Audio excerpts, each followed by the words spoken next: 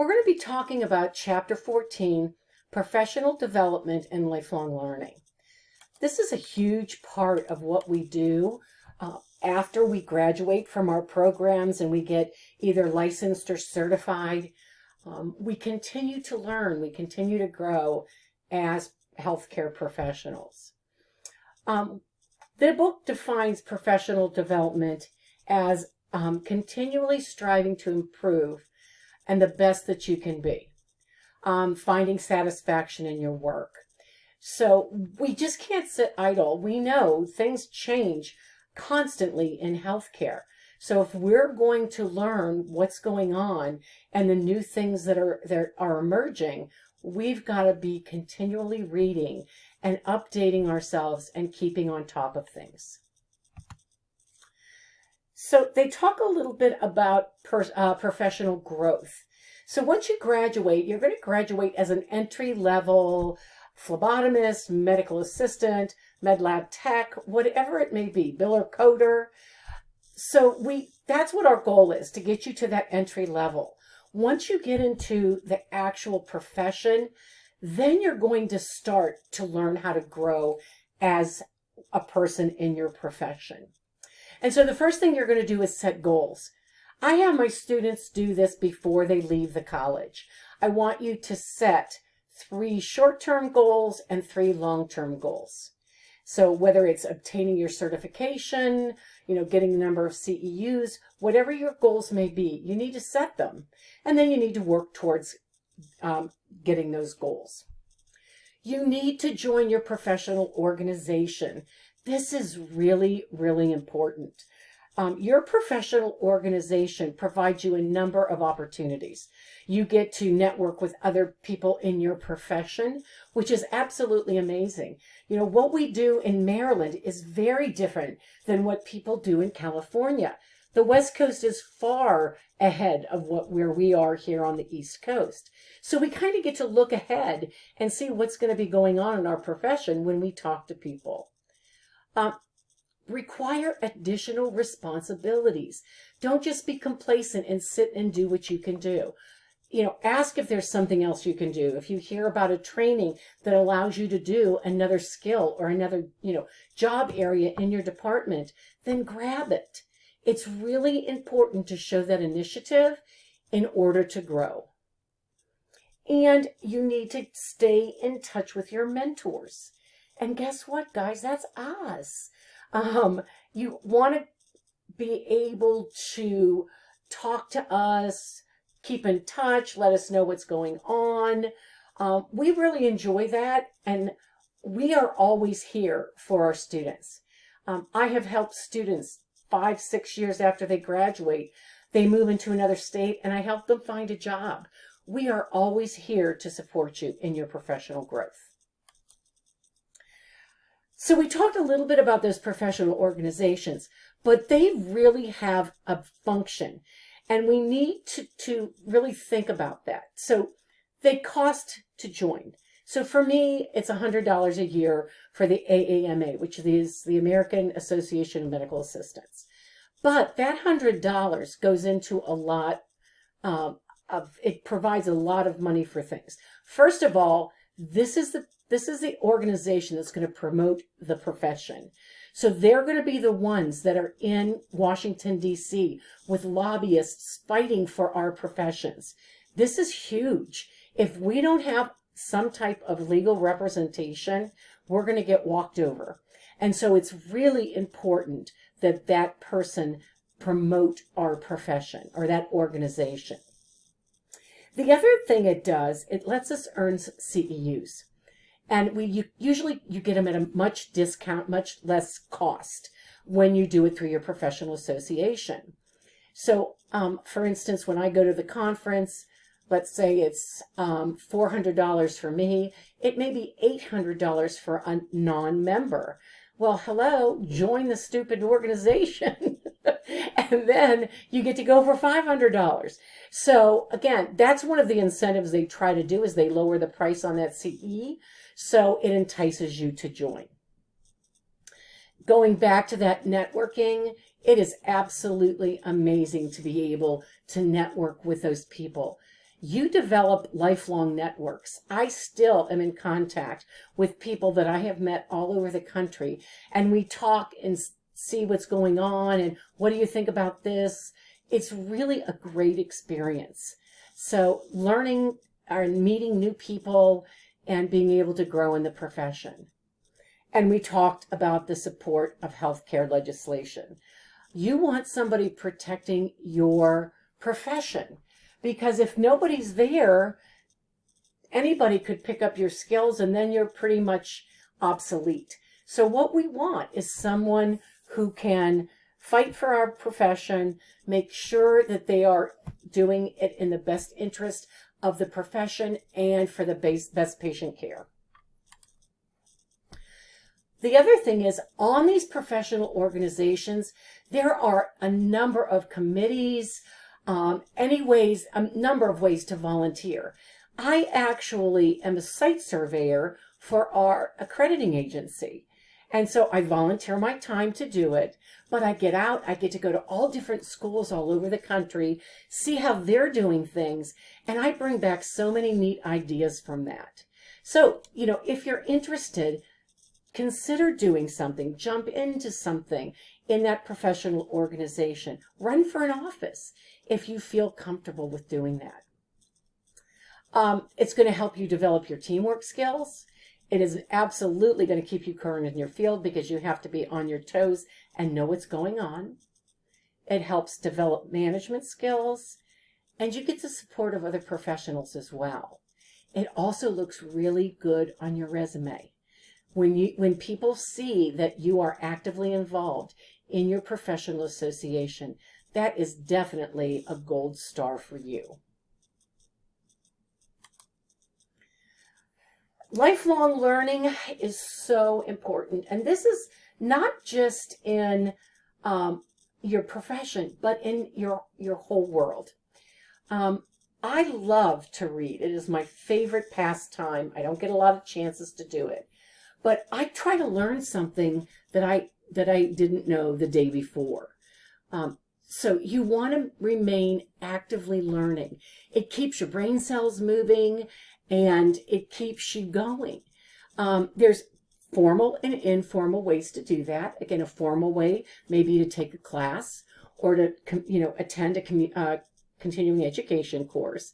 But informally, you may be a part of an organization or a group, or a local committee in your community.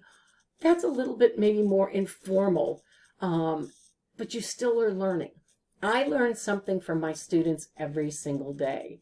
And the day I quit learning is the day I'm going to have a foot in the grave. With graduation, it's the end of your formal training. We have to teach you how to do this the way the books tell you to do it. That closes one chapter, but then a huge door opens, and now you're allowed to go on for that lifelong learning. And again, don't be afraid to learn new skills. We're going to be talking about these stackable credentials towards the end of the chapter. It is really important. It makes you more marketable. It gives you additional skills. If you're sitting next to somebody for a job interview and you have additional skills under your belt and you have shown the initiative to do things, you are in a much better place than that person who's just done their job and not gone out of their comfort zone. So it really is. It's a wonderful journey. You never want to quit learning. You really don't. I know you guys kind of think you do right now, but it is something that you're going to want to be able to do. One of the reasons we have to have lifelong learning in healthcare is because what we know today could be outdated tomorrow. Look at this COVID. We didn't know anything about it a few months ago. And now our whole world is turned upside down. And so as we develop technologies and new viruses and bacteria spring up, we have got to be on top of that. So we are providing the best care for our patients. And it's really important to remember that. You also need to do it to make sure you're staying competent in your job. A lot of the hospitals and agencies will do like comp days. Every year or two, you have to go through and do a competency on that skill to make sure that you're still doing it correctly. I think that's a great idea because sometimes we get a little sloppy or we get a little, we like to do shortcuts. And by having to go through it the correct way, it reminds us that there is a right way to do it and there's reasons that we do it that way. There are so many things that changes that affect healthcare. And again, I think we've talked about these throughout the semester. So we know that the baby boomers are here. We're having a huge growth in the number of older adults, which means we need, these older patients who are now living older to later years are going to need care. And we're going to have to figure out how we do that because it's something we didn't have to worry about before. They died. We didn't have to provide care for them any longer. So our practices weren't so overburdened with patients. So we have to remember that that's something that we're going to be seeing. We have a large increased incidence of Alzheimer's disease and even early onset Alzheimer's. There's a lot of research going on with that, but it certainly is something that is going to affect the way healthcare is delivered and services we have for those patients. On page 309 and 310 in your textbook, there is a whole list of changes that affect healthcare. Hint, hint, hint. Okay? We're seeing an increase in cultural diversity. People from different countries are coming in. We're starting to see things integrated more into the mainstream. And so because of that, it does change what we do. We respect their wishes. We, if they feel a tradition is important to them, we allow that to happen, but we maintain the integrity of our patient care. If it's going to jeopardize their care, we do have to step in and say, wait a second, this is probably not in the best interest for you. Okay. We have a huge growing increase in complementary medicine, herbal medicines, massage, acupuncture, chiropractic, any of those type things. We are seeing a huge resurgence of this. So we need to be aware of that. If you aren't familiar with it, then you need to get up to speed. Because if a patient comes in and says, well, I'm taking ginseng, but I'm on these medications, hopefully you can go, whoa, that might be an issue because there's a lot of interactions with certain herbal medications. So if you are seeing that in the practice that you're working in or in the field that you're working in, it's very important that you learn more about it. Oh my gosh, the insurance changes and complexities. I'm not going to lie, I'm having a snit today because I was supposed to have something done tomorrow and the office did not pre-auth it. And I am not a happy camper. That's our responsibility. It's, the patient, it has to follow up, but it's our responsibility to know what needs to be pre-authed and what doesn't. So we need to make sure we are paying attention to things that are being ordered, surgeries that are, that are going to be performed. What do we need to do and get pre-authorized to make sure that there's not a lapse in patient care? We are now focusing on that wellness instead of prevention. And so we're doing a lot more well checks with adults. We're really pushing for annual physicals. We're doing a lot more blood work to monitor glucose levels. We're making patients get colonoscopies so we can see if there's any type of change in the colon. We're doing mammograms to make sure we're catching breast cancer if they have it at an early stage. So all of these things is an indication that we are looking at wellness rather than, just treating disease. And there's a ton more as we go through that you can read a little bit more about. We know computerization has changed so much, not only just in the office, but in diagnostic procedures, in treatments, and in education. We hit a button and poof, it's there for us in the electronic health record. So computerization has majorly changed healthcare. Increased use of health records. Again, we like the old-fashioned charts. We didn't know where they were, but we were used to that. Now, most of the offices use those electronic health records, and they can be a bit of a headache, but they provide some real services to our patient. The patient portal being the most important. The patient, if they go into that portal, can contact their physician. They can look to see when their next visit is. They can request a medication refill. All of those things are available to the patient right at their fingertips. Again, spread of viruses. Hello, coronavirus. The development of, finding new viruses, new bacteria. We're having an increased drug-resistant bacteria. So the more we take, the more antibiotics we take, our body develops an immunity to those. And then it fights it. It goes, nope, that antibiotic's not going to work anymore. So you know what? I need a stronger one. So the drug companies are out there developing stronger and stronger and stronger antibiotics because we've been treating incorrectly with antibiotics, and now we've made ourselves resistant to some of the antibiotics to treat those bacteria. We're seeing an expansion of roles for healthcare professionals. The profession of medical assisting has grown so much in the last, 1955 is when the profession was officially notated. And we've grown from, being able to, check people in, do their vitals, maybe help with an injection, to actually catheterizing patients, instilling chemotherapy agents into bladders, working in a surgery center and being available for minor office surgeries. So this role, your profession, I think you're going to see grow and grow and grow as these things come about, and we have to be flexible and change to make sure that we're providing good health care. We've also seen an increase in specialization.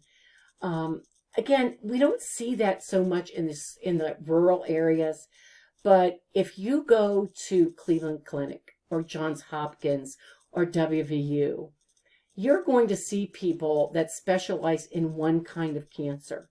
And so we're lucky to have an oncologist here.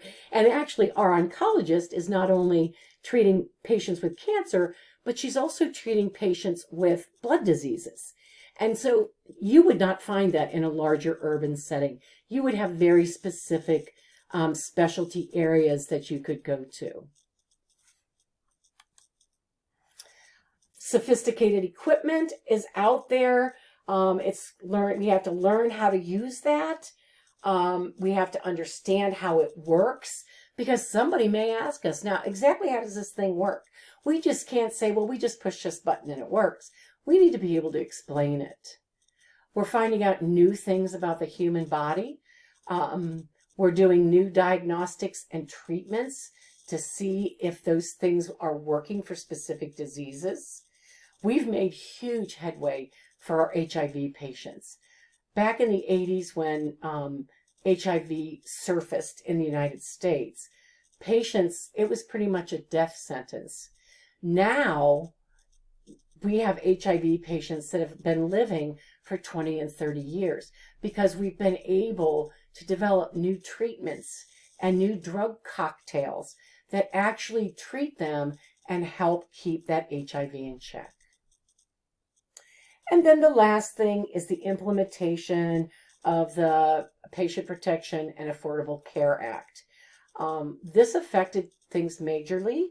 Again, everybody was supposed to have access to insurance. People that are 26 years and younger can stay on their parents. So it just changed a lot of what's out there, and some good, some bad. One of the good things, again, is pre-existing conditions. If you have a disease, they can't say, sorry, you're not getting our insurance. They have to provide that for you. So part of becoming a healthcare professional is earning continuing education units, or CEUs. This is different types of training you do after you've graduated from college. Some people may call them CPEs, for continuing professional education, and for the physicians, it's CMEs, or continuing medical education. Whatever it's called, CEU, CPE, CMEs, it is the same thing. So when we talk about CMEs or CEUs, these are the hours worth of continuing education. Some professions say it's 50 minutes. Some professions say it's an hour. So once you graduate and take your certification exam, you are going to know how many CEUs you need to get in order to renew that the next time it comes up. If you're licensed, it's the same thing. You're going to have to be able to renew your license, and in order to do that, you're going to have to earn so many CEUs. Some states have a more strict, have a requirement for certain professions. Organizations may require you to do CEUs. And one of the things that you'll see is no matter when or how long you work in healthcare, you are always going to do a module on fire safety, chemical safety, electrical safety, all of those wonderful things. But one of the things that you need to be incredibly careful about is make sure that the CEUs that you are doing meet the requirements for your certification or your licensure. For instance, for medical assistants, we need 60 CEUs in 5 years. That's 12 a year. But it's not anything we want to do. We have to have 10 of those CEUs in a clinical category, 10 CEUs in an administrative category, and 10 in a general category. The other 30, it's up for grabs, but you do have to make sure that you have those. I know for respiratory, you have to have so many CEUs that are approved by the AARC. So make sure you're aware of what requirements you have, and what courses you're going to take. So you're going to look at a lot of different ways to get CEUs. There's workshops that are offered through continuing education. There may be a home study packet through your professional organization, distance learning classes. There could be online study courses, or you can do a traditional classroom course.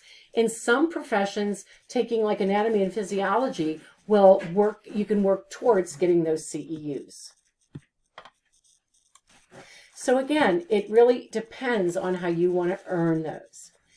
There is some criteria that you should think about by choosing your CEUs. You want to look at ones that are recommended from your professional organization. Generally, they are going to have the type of CEUs you need to renew your license. Look to see if your job requires you to have certain CEUs. If you're thinking about moving on, go ahead and do those different types of continuing education that are going to give you advanced skills. You need to look at the reputation of the educational provider. You don't want to do it through a fly-by-night organization. You might want to look at your professional or personal weakness and see if there's something out there that could help improve that skill. And as we said, it's always good to find something that has the approval of your professional association or the International Association for Continuing Education. Employers provide training all the time. A drug rep may come in, or a a product. Let's say you're in the lab and there's a new machine. They come in, they do an hour in services for you. That counts. You just have to get an agenda, what was talked about, and then a copy of the sign-in sheets. Those will count depending on what your professional, what your requirements are for your to renew your license or certification. There's self-directed learning as well. You can watch other people. I learned so much from watching other people. Make sure you ask questions. Read books and journal articles. You can get small study groups together, study with a partner, attend those professional conferences we talked about, watch educational television programs. They have really interesting things on television that are related to the healthcare fields. And it really, it amazes me when I watch those. Explore topics on the internet. Again, make sure they're credible sources. You don't want to go to Grandma Moses' barn to get information on a disease. You want to go to Hopkins or Mayo Clinic. So make sure you're using reliable, credible websites. One of the things as you're working that you want to look for are, first of all, role models who really serve as a positive example. These are people that are good to patients, they're good to the coworkers. They just provide a real, they show us how we should be working as a health professional. But the other person is a mentor. And when we look at that, I said at the beginning, we're one of your mentors because we coach and advise. And of course, we're a role model. Yeah, right. But this is somebody that's also going to spend time with you to help you improve on a technique, to help you learn a new technique. So it's always great to find somebody that you can work with that's going to help you improve your skills. And by doing that, then you can move up the ladder in your position within that organization. Speaking of ladders, one of the things that you'll hear are career ladders. And we're going to talk about those, but then I'm going to talk about what we have here at the college. So a career ladder is various levels within an occupation. And you move up, moving up, you have to meet certain requirements. Education, experience, those types of things. One of the things that you have to remember as you get closer to the top, it means a little less patient care and a lot more paperwork. And so that's something that we always tell people. If you really want to continue just with patient care, that, realize what level that may be, and then you can strive to get that to that goal. So here's an example of a career ladder. I think this is a weird one. This is kind of what we're doing at the college. So let me use respiratory. So as a respiratory therapist working at Western Maryland Health System, you come in as an entry-level therapist. And then they have a career ladder of 4 to 5 levels. And so the second level would be making sure that you could be an entry level, but you also have critical care experience. And maybe you have neonatal experience. And along with your BLS, there's also PALS for pediatric. So there's some additional certifications and trainings you have to take to get to that second level. The third level then would be getting an advanced credential, maybe a diabetic or a educator, possibly working in the pulmonary function lab, doing patient education, whatever it may be, learning a new skill and then moving up on that ladder. So that's usually how career ladders work. At the bottom, you get paid a certain amount, and every time you move up on that ladder, you get a raise. And so the higher you are, the more money that you make. This example of a career ladder is, this is actually at NIH. So a person starts as a home health aide, then they worked up to a patient care assistant, and then they take the course to become a certified nursing assistant. Then they go to school to become an LPN or an LVN, licensed practical nurse or licensed vocational nurse. Then they get their RN, and then they work up to a nurse practitioner. Well, we've done something very similar at the college. Stacy and I have worked together, and what we've done is we've developed a number of certificates. Phlebotomy lab assistant, we have the coding and billing, and we have the scribe. And those courses all go into a degree, either as a medical assistant, a medical administrative assistant, or a med lab tech. So, for instance, I have a number of students that are finishing up their phlebotomy lab assistant, and they're coming into the medical assistant program. From there, we are going to go, we have a new program now, and it's the CMA, which is our credential as a medical assistant, to LPN program. We've worked with a nursing program, and once you graduate and get your certification, you're able to go on and within 1.5 semesters, you are going to be able to earn your LPN. You have to work a year, and then you can come in and do the LPN to RN. So we're developing pathways like that as well. MedLab techs, you get your degree here, and then they've worked with a number of different agencies that you can go to transfer your credits to go ahead and get your bachelor's degree.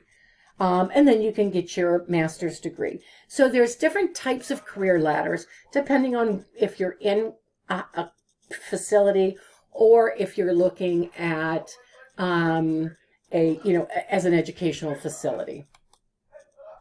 One of the things as we talk about those career ladders, though, again, the type of work is going to change. Every time you go to a different level, you're going to be doing more paperwork. The amount of supervision, you supervising other people, will increase. The work environment changes a bit. It goes from being patient care to making sure we're taking care of all the loose ends on the administrative side. And there's a lot of additional responsibility. I love with our job descriptions at the college, we have this wonderful phrase, and other duties as assigned, which means we have to do everything. So those are the type, as you move up that ladder, those are the things that are going to go with that. Again, different type of work, additional paperwork, much more administrative type work. You're going to be supervising more people. The work environment, you're going to have a big part of what your work environment is. You can make it a wonderful work environment or a horrible work environment. And I hope you choose wonderful. And then you'll be taking on those additional responsibilities. So that is it for Chapter 14. Thanks for checking in.